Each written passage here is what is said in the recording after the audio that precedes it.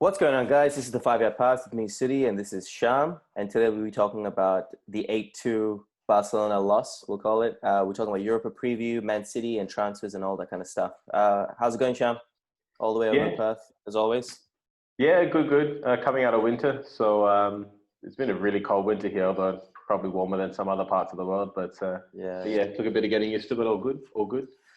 Still recovering from last night, though. We got a couple of the Champions League results a bit wrong. We thought Atalanta would get through, which was true until 120 seconds from the end. Leipzig were up for it against Atletico, who were not really up for it, and then Barcelona has just got spanked. Absolutely spanked last night by Bayern Munich.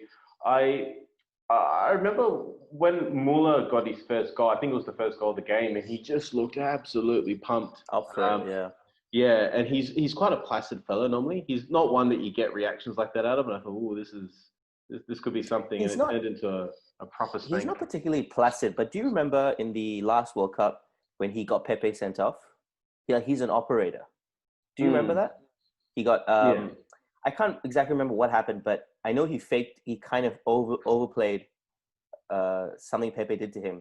And he's just an operator. Like, he knows, and when he gets going, there's very little that can stop him. His off the ball movement is unbelievable. That's probably how Lewandowski got so good, is off the ball, just playing with Muller. Yeah. He's one of those guys. Yeah, he can get the results and be unnoticed. Because he's just that personality where some personalities want to get noticed. Doesn't seem to be that type of guy. But I think it's a seismic result for Barcelona. They did, but in 2013 they did actually lose 7-0 to Bayern Munich over two in legs, the Champions League semis. Yeah, it's funny because everyone's talking about how seismic a result this is, but they've forgotten that it happened 7 years ago. But I do think with that, Guardiola had left. It was the first season after he'd gone, and Bayern Munich were just on a march. I think they won 11-0 in aggregate against Barcelona in a Champions League semi-final. So it is, to me, though, quite a seismic result, and it reminds me of I don't know if you remember. It would have been 2004, the 2003/4 season.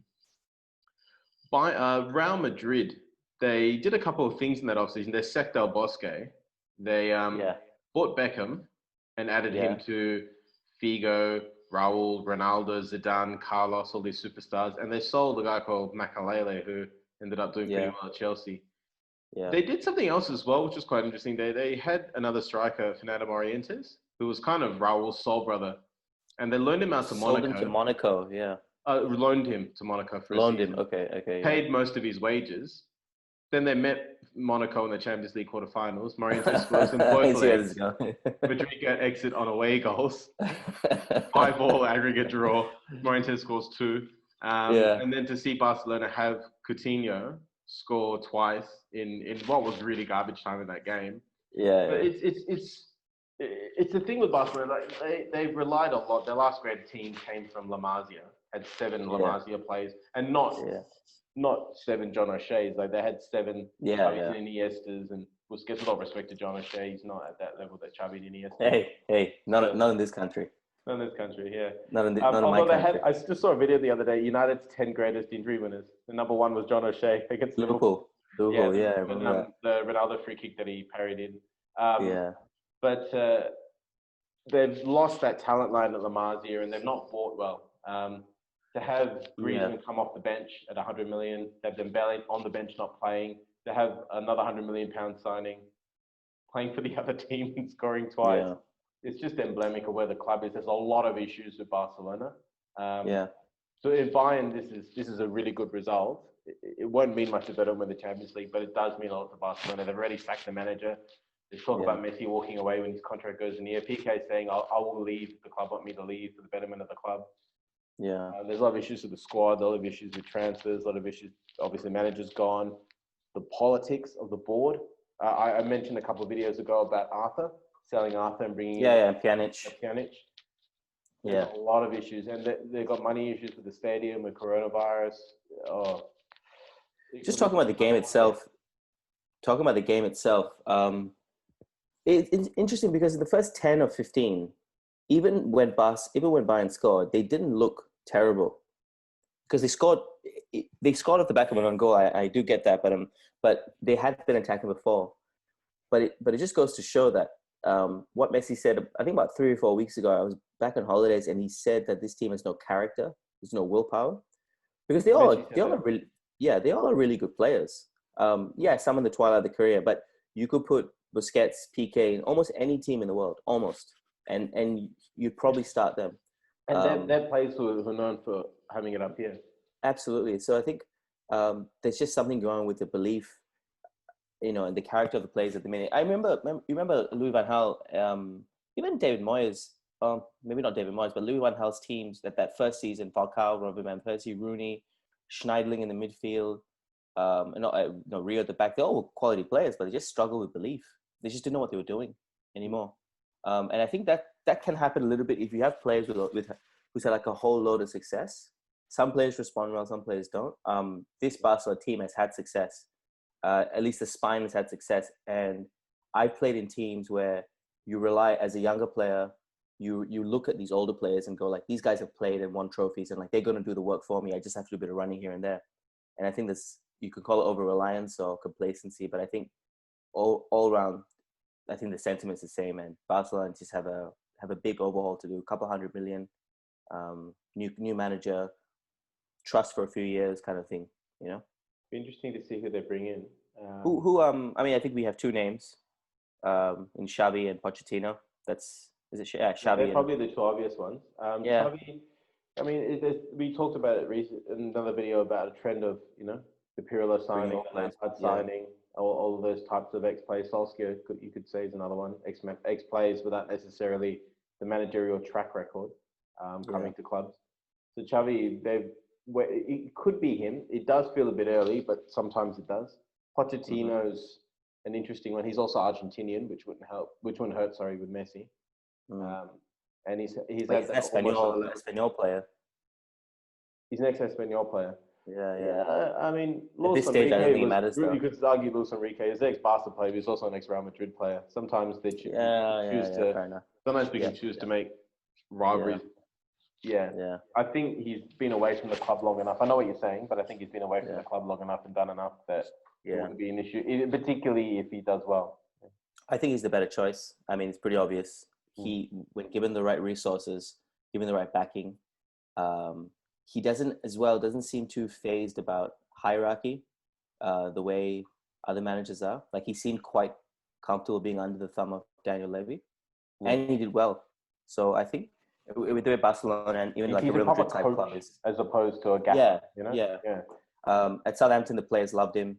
At Spurs, the players loved him. Apparently, it was quite devastating when he left. Like when he got the sack, players were really upset. And Mourinho. No, I'm talking about individual players who are really upset. Like they really like the guy. The same way like Ancelotti when he got sacked at Chelsea. I've read his book I've read Lampard talk about it and John Terry and saying we were devastated. Like he was our guy. He was our club. So I hope Pochettino gets the job. But I do remember, and you'll probably remember this more. Barcelona in the 90s and even the early 2000s were not the team they are today. Like, they haven't always been like this. They've crept up since Rijkaard, but it's just kind of going back about 20 years for them to when they were just struggling. In the early 90s, which was a little bit before my time watching football, they had Koeman, Guardiola, those players who won the European Cup. Yeah. In the late 90s, they were very up and coming, but they're good players. I mean, they had Stoichkov, they had Rivaldo, they had Kluivert, the Boer brothers. They had good players, but they were kind of an almost team. They were kind of a bit like what would be a modern day equivalent. They're Spurs, a Butler. But they were a bit better than Spurs. They did well in a lot of things. They were in the 99. They were in the Champions League group stage with Bayern Munich and Manchester United, and they right. Yeah, so they were Barcelona was sorry, I was thinking of Spurs. Barcelona was Barcelona, Bayern Munich, United, and I think Brøndby. So Brøndby lost all 6 games, bless them. But Barcelona lost to Munich home and away, and that got them knocked out of the group stage. But again, that's a Bayern Munich thing, isn't it? But Yeah, it's an interesting time ahead, I think, for Barcelona. There's a left field selection, I guess, in Bielsa, but I don't think Bielsa likes institutions, so I don't think he'd go. But there was talk about him with his success with Leeds. He seems to be a bit of the anti-hero, Bielsa. He likes the idea of bringing a team up.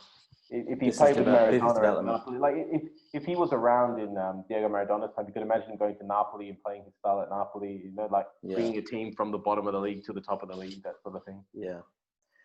So let's shift gears a little bit. Let's just talk a little bit about Man City, Leon. Could be an upset. You know, we've got 2 of the 3 wrong already, in quite emphatic fashion.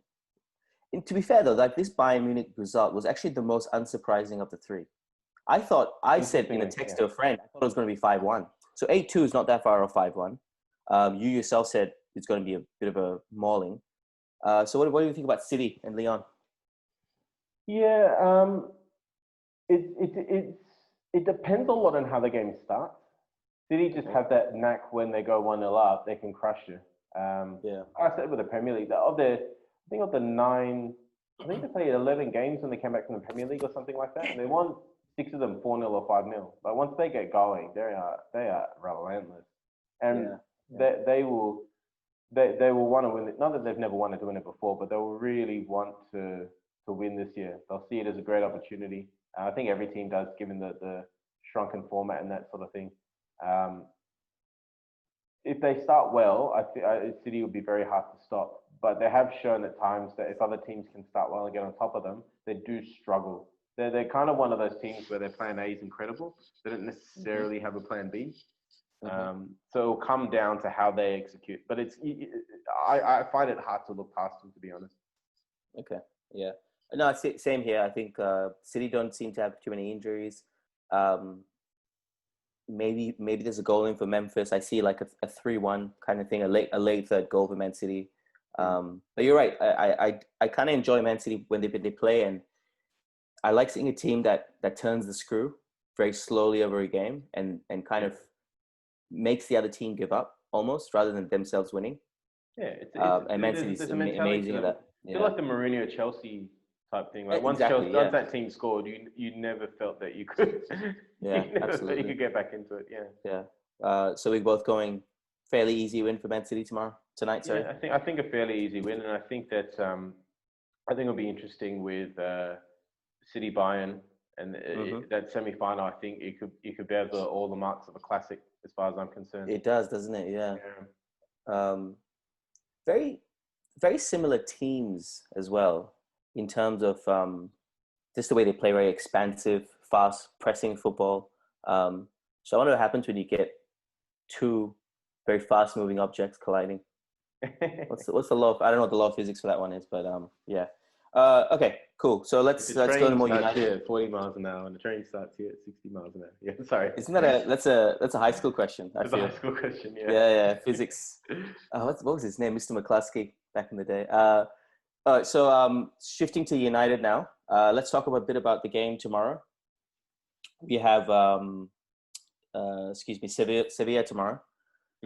Let's go from, I guess, what we can do better against Copenhagen, and we'll kind of build up from there. So, thoughts? Probably the 2 things that strike me that they could do better. One, despite the fact the keeper had a blinder, still 14 shots for 1 goal. You'd want to do better than that against Sevilla, because you will lose if you don't. The fact that Sevilla will probably score. Secondly, while Copenhagen didn't have a shot on target, they did look very threatening. There was a lot of half chances, and I think that a team like Sevilla will take those half chances. So I think what happened was that Fred played in Matic's role, and I think it just robbed the team of a bit of security. So I expect Matic to come back, assuming he's fit. I don't hear anything otherwise. But I think he'll come back to provide that solidity. Maybe Ole Gunnar was just thinking 3 games as opposed to 2 might be a bit much for him. But Fred was the only change from that sort of starting 11 that finished the season. So I expect that team to fully come in. I think Bailly might have played as well. I forgot Bailly or Lindelof played, to be honest. But Bailly played. Bailly played, yeah. I rate him. I just don't like that he gets injured a lot because he looks the goods. But I suspect Matic will come in to provide that security. I think Fred he's not a calming type player. He's an energetic player. And Matic, I think, provides the calmness that the team needs. So I see him coming in and providing that solidity. Is it the thing that I find about United at the minute is, again, we're playing well, much better than we ever have in the last 6 or 7 years. But there's something about the way teams can go through the midfield, United's midfield, quite easily. And I think you're right. It was more evident against Copenhagen again because, and you pointed out, because Matic wasn't playing. So that's the only thing I'd like to see change. I think Fernandes had one of his worst games. His passing was all over the place. I think it's just all about tightening screws here and there. He looked tired. I hope he's rested. Because he looked tired. 6 days is a good amount, I guess. But because as well, it's a kind of a weird thing. You play hardcore for about 20 days, like he did in the Premier League. You get 10 days off, then you have to play 120 minutes. So maybe it's just the way the games were coming around. But I think having 6 days between a 120-minute game and your next game seems sufficient enough for me. So yeah, if you want to win trophies with United, you need to be able to do these 3 games. 3 days. Take the last game out to play 3 games in 5-6 day breaks. If you can't, I'm not saying that they should win it full stop, but if they can't play at the level needed, then we need some reinforcements. Yeah. How do you see the camp? Like, assuming United played relatively well and lose this game, is this a failure for Ollie in the Europa League? I keep saying Europa League. Yeah, I said it a few times in the last video as well. Interesting. Now, just to be clear, sorry, 1 second. You know to be clear, I'm not saying Ollie out at all. I don't think I'm never want to say manager out, but I'm just saying as a season, as a report card. Yeah. If you look at say they lost against Sevilla, right? So it's the third competition this season in which they got knocked down in the semi-final. So they finished third in the league and you've made 3 semi-finals. The season as a whole will be a success primarily because of that third place finishing. But I can see a media narrative around, semi-final failures. Also, the Europa League, they're not really played a hard team until this point. This is the first genuinely hard team that they're playing. Sevilla would be in the top 4 in England easily. They're at the very least, they're at that Chelsea, Leicester, United level. So this is a genuinely tough game. So in that sense, I wouldn't say a failure, but it creates a lot of questions about what needs to happen next season for United if they were not able to get over the line. The exception to that would be, I think, if they lost in penalties or something like that. If they lost like in 90 minutes, I think it raises or dubious VAR decision. Sevilla have a player, Ben Yedder, who played against us last time. Do you remember that by any chance? Back in I want to say 2 years ago. Yeah, maybe about 2 years ago. Oh no, sorry, my bad. He doesn't play for Sevilla anymore. But we did play them 2 years ago and we did lose. But it's a different United team. For me, I think Martial will play this week, tomorrow. And I think for me, he's going to be the key player. He's going to be the one to set the teams apart. Yeah, I see him in for a few goals, but I see this being a very testy tie. I'm thinking like a 2-1 kind of game. Oh, it's going to be a nervy game. It's Leicester all over again. It's going to be that nervy, not decided till very late time. United won that one by 2 goals, but that was a nervy game the whole way through. Yeah. I think the game's going to be there to be won with 10 minutes left, and whoever wins it. They could very well go to extra time. It'd be interesting to see if United try and counter. I do see United at times happy to sit back and try and pick gaps and counter. Maybe not the whole game, but I think that they're not really, like I've said in previous videos, we're not able to do that a lot recently because we haven't played teams at this level. May try it. We may try it with the speed we've got up front, and just to have Matic there as a presence, I think it could work. Yeah, we've done that many times this season. I think a good example of the way we set up the counter-attack and when we won a game was against Man City in the second leg of the League Cup. We won that game, but we lost the tie. Yeah. And against Man City in February when McTominay's goal. Those are perfect examples of what United can do if we have to kind of re-strategize and sit back and hit the counter on that game alone. I feel like we need that level of performance. We need to play that, not at that exact level, but around that level, I think. This is the UEFA Cup or the Europa League. Sorry, I got that wrong too. Yeah. in the past, because typically, like, it's been a bit devalued over the years because the top four in the big leagues go into the Champions League. But in the past, the Champions League was only played by the winners of the leagues. So the teams that finished second would make it to the UEFA Cup. And typically, teams that finish second tend to have a bit about them to try and win the next year. So Liverpool would have played, based off last season's results, City would have played Champions League, Liverpool would have played UEFA Cup. Imagine Liverpool playing in the UEFA Cup this year, against Madrid, Madrid coming second last year. Yeah, exactly. So that was kind of the caliber. So it was kind of a bigger deal to win it. But we're at that stage now where all those sort of odds and sods, the Lasks and the Copenhagens, bless them, they're not renowned clubs. They're gone. The four teams that are left, United, Sevilla, Inter, Shakhtar, they're good teams. They're very good teams. Yeah. So it's a genuine test at that level because, I mean, we've lost to Chelsea in the Cup. We lost to City in the Cup. I think we did the double over both of them in the league, but we lost in the Cup. So yeah, we did do the double, both of them, yeah. So how do we get around that? Actually, no, we didn't lose to City in the Cup, sorry. Oh, no, we lost in the League Cup. No, we did in the semi-final, over 2 legs. Sorry. Yeah, I got the 2 legs mixed in my head. Of the 3 opponents left, who do you think would cause the most problems if we had to play them? So we got Sevilla now, we're going to play Inter, Shakhtar.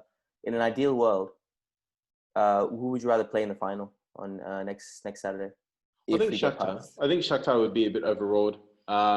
Inter will have, we said this before, they'll be up for it. Given the United old boys there, Ashley Young, Lukaku, and all those fellas will just want to do a job over United and prove Ollie wrong. I think it creates that complication that you don't necessarily want.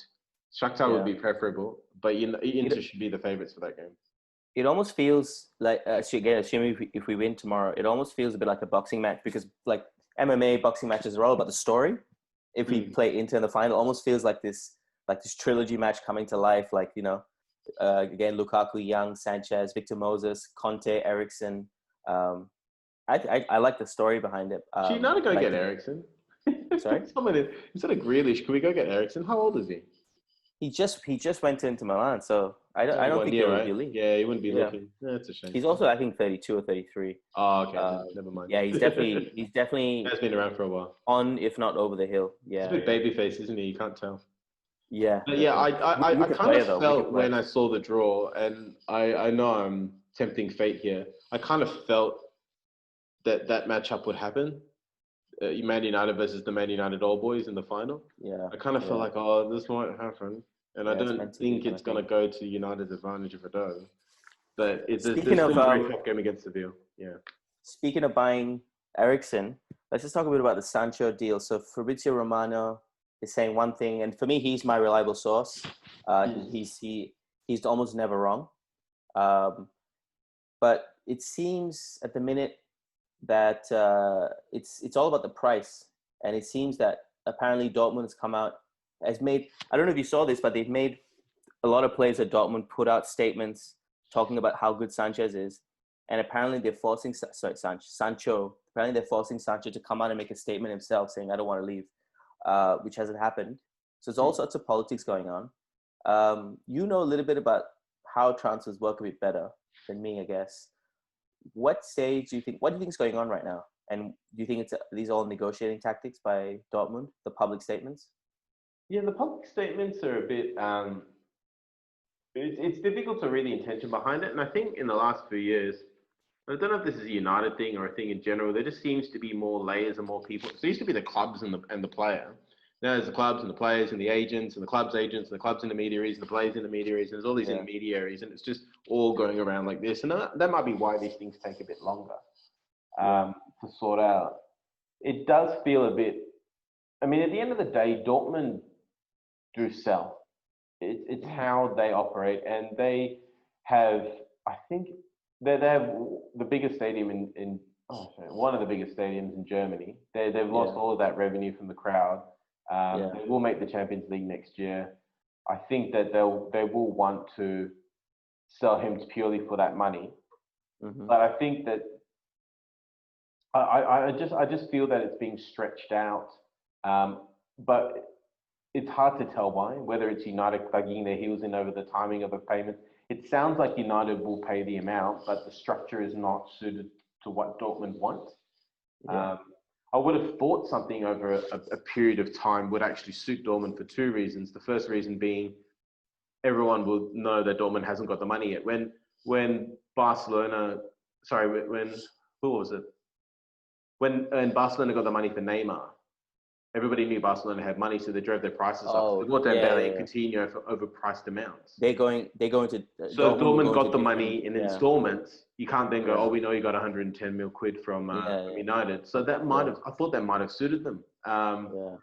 Also, just having money come in lump sums just helps manage cash flow for operating reasons. Dortmund, before Klopp, were on the verge of financial collapse. They'd won the Champions League in '97, got on the verge of financial collapse. Then Klopp came in and helped turn the club around.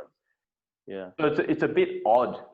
There's a lot of grandstanding, and it's hard to read into it and tell why exactly. Okay. Especially with all the people going on. It feels like it's going to happen, but it's going to be one of the bit like Pogba. Like when it happened, we were just a bit exhausted. Finally, I remember that so well in August of 2016. It was just like, I'm so sick of this. I'm genuine. I'm so sick of it. I'm sick of not hearing a different name as well. Excuse me. Yeah, where are the other players? We need a centre back. We need. I think our two priorities are the winger and the centre back.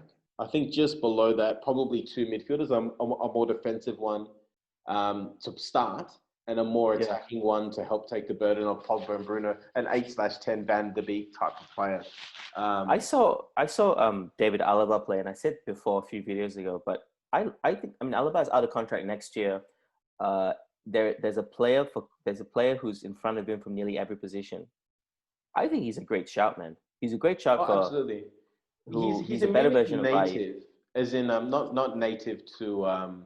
He's from Austria. He's Austrian, Yeah, but Munich. He's a when classy, I say native, he's like Pogba. He's from another country, but he was born and bred at United. Like that sort of type of connection. He's a classy and athletic Austrian. like John Carew. Yeah, like John Carew and who's the other one I was talking about? Forza Mensa. Yeah. Ryan Giggs. But he would be a great acquisition for United. It doesn't look like he's lost. He might have lost a touch of pace, but he'd bring experience. He'd bring leadership. He knows how to win things. With Bayern Munich, though, United have bought two players from Bayern Munich in the last 15 years. Hargreaves and Schweinsteiger both had injury records. The fact that Munich are not really looking to sell a guy, and like you said, if you look at Munich's squad, they've got a bunch of older players like the Mullers and Lewandowskis, and they've got a bunch of players that are probably the second 11. That's kind of another 11 that will take over from those guys over time. Yeah, it's insane. They kind of built the team a bit like Ferguson did. You could see over the years he was doing that with certain players that there always seemed to be a second 11 available, particularly in his latter days. There always seemed to be a second 11 that came in that was a bit younger that could take positions. Bayern as well. Valuable for that reason, but didn't turn out that way. But it's kind of those types of players, but better. There at Bayern Munich. This Bayern as well. It's interesting. I've never seen. Yes, what's his name? Salim Handanovic. Remember that guy? He used to play for Bayern. Isn't he a keeper? No. Oh, what's his name? Hold on. Salimovic, not Salim Handanovic. Hassan Salimovic. He used to play for Bayern. This is like early 2000s. No, so he's the sporting. He's the Bosnian sporting director. Yeah, he's from Bosnia. I've never seen Salih Hamadišić. Yeah, he had a win. He played in the '99 UCL final. Yeah, I remember buying him on FIFA and all that kind of stuff. But he sits on the bench for every game. No sporting director I've ever seen sits on the bench. Did you know that? That's odd. Which comes to like what we said last week, where Bayern Munich have bought into the NBA system of a very close relationship between the guy who makes footballing decisions and the guy who makes match day decisions. Hassan Salimovic, he got a yellow card last night for like, he was protesting a decision or something. He stood out of his seat and went, fuck, like that. And the ref gave him a yellow card. And I was like, isn't that the sporting director? I was thinking to myself. And then I looked it up and I'm like, this guy and Hans Flick, they work very closely together. And I like evolution in anything, man. I think Bayern, for me, is so ahead of the curve as a club. They're probably the best club in the world at the minute. I'd love to see them play City next round, or even play Liverpool at the next 1 or 2 years, just for a good game. But they're just such a well-run club. It's almost unmatchable at the minute. Yeah, they have big personalities, and when they fall out big. But when they click big time, and they're clicking. Yeah. So yeah. But back to Sancho. Yeah, I am sick and Oh yeah, tired. sorry. Have it done already. I'm pay overs. You're going to do it in the end. You always pay overs in the end. Just pay it, and then we'll get him in. He'll be able to train with the players as well. You bring him in the day before the first game of the season, he's not going to click. Yeah. Well, he's clicked straight away, and we need to start the league well next season. Yeah. We signed. We can't look over the fact that we signed a player last night. It was quite late last night. I think it was while. Fella, right? Yeah, it was while you were sleeping. So you probably did. You see it? I woke up and I saw an article on it. I heard he was 17 years old. I figured he wouldn't get a game in the first team for a little while, so I didn't pay so much attention. But I think it was like a Serbian central midfielder, if I remember correctly. Winger, and he's been sent back. Let me just get his name. I don't want to just say that Serbian guy. How would we describe Serbian, Sham? If Eric Bailly is classy and athletic, in Australia, strong and hard-headed. Serbian and Croatian players, they're different. Firstly, but there's in Australia, there's a lot of Serbian and Croatian ethnic clubs that you play against. Yeah, they're talented, they're temperamental, they're technical, they're strong. They're kind of what I think of when I think of Croatian and Serbian players. Mijalovic from Lazio for me was like the typical archetypal Serbian player. Oh, he was Yugoslavian. Yeah. Jeez, I can't get this guy's name. Might have to look it up. There it is. Isaac Hansen Aaron. No, that's not him. Jeez. Okay, we'll have to drop his name. Oh, there it is. Very, very under the radar, like second page of Google. $12 million signing. Filip Stefanovic. Could have guessed his last name. Which team is it? It must have been. It's one of the Belgrade teams. It's not Red Star. It's a black and white striped team, right? Partizan. It'd be Partizan. Partizan Belgrade. Yeah. Yeah. Do you think he'll get minutes this season? No, he's been loaned back straight away. He's been loaned back. Okay. All right. We'll bring him in a year. I've seen a few videos. Go look him up, man. Like he looks, your usual decent winger who's got a trick box, but like any player, eventually that will you'd have to have a bit more than just a trick box. Yeah, cool. So one signing, he'll probably if he's ever going to make his debut in the next 2 or 3 years, kind of thing. But yeah, let's get this Sancho transfer over the line. And you are right though. If he comes in late this month, even late this month wouldn't be the worst thing. Let's say in the next 14 days. If they can get him in by the time of the, they won't be able to get him into the team environment until they're out of Europe, because they're all in Germany at the moment. He won't be able to get to the bubble. If they can get it done by then, great. But that's only 3 weeks to the start of the season. Yeah. Are they looking to get other players? There's no noise about any other players. Having said that, this signing from Belgrade is Isaac. What's his name? Sorry, but it's okay. that came out of nowhere. Maybe they're doing other stuff. I don't know, but it doesn't feel like it, and that's a worry. Given the team did well after post-COVID, but fell over the line because it just wasn't the numbers. Yeah, it needs to be it only needs to be 2 or 3 quality players as opposed to 2 or 3 depth players. But we need to get these guys in. We've got back in the Champions League. We've got the money. Let's just get it done. I mean, we're probably in pot C for the Champions League. And that means we could play a Bayern Munich. Yeah, we could. Who are the top? So you could play PSG, you could play Real Madrid, you could play. I just don't want to. Juventus. We're going to get one of the teams. I'm actually not sure of the rules here, but can we play an English team in the group stage? We can't, can we? Yeah. Okay. The only time it ever happened was because when Liverpool won in 2005, they changed the rules. Because so they were qualified through the domestic championship, and so they had to qualify through the 3 stages, and then, as luck would have it, through Chelsea in the group stage. It was about It was officially the millionth time that they'd met that year. So Yeah, it's like United and Wolves at the minute in the last 2 years. I think we played about 8 times in the last 2 years. Yeah, I was half expecting Wolves to beat Seville just because they were playing. Yeah, just because it's meant. Yeah, you're just meant to play them another time. It'll be our 60th game of the season tomorrow. More than a year. Oh no, that's a lie. It'll be coming up. Oh no, it will be a year. We'll be playing this season for a year now. I just hope we get the win. Seal off next week with a trophy. Take a week's break and come back for preseason. Yeah. It'll be a great end to the season. Great start to what I think is a new era of sorts for United. So here's to hoping. So can we get a final prediction for tomorrow? Sevilla United in Lisbon. Cologne. Sorry, I'm going to be a prick here. I feel like Seville going to win. I feel like they're going to. Well, you said 2-1 United. I feel 2-1 Seville, and that probably shows how tight it is. It's going to be a moment that decides the game. Seville they got the way that they went at Wolves in that game. United just haven't shown that. So the only way United, I think, are going to beat them is on the counter. So first goal will be crucial. Whoever scores that, I think, will have a big chance. But I don't like saying it, but I think 2-1 Seville. All right. On that note, thanks for watching the 5-Yard Pass, guy. I'm Sudi, and this is the traitor Sham, who believes United's going to lose. Please don't forget to like and subscribe. Hope you're enjoying the videos.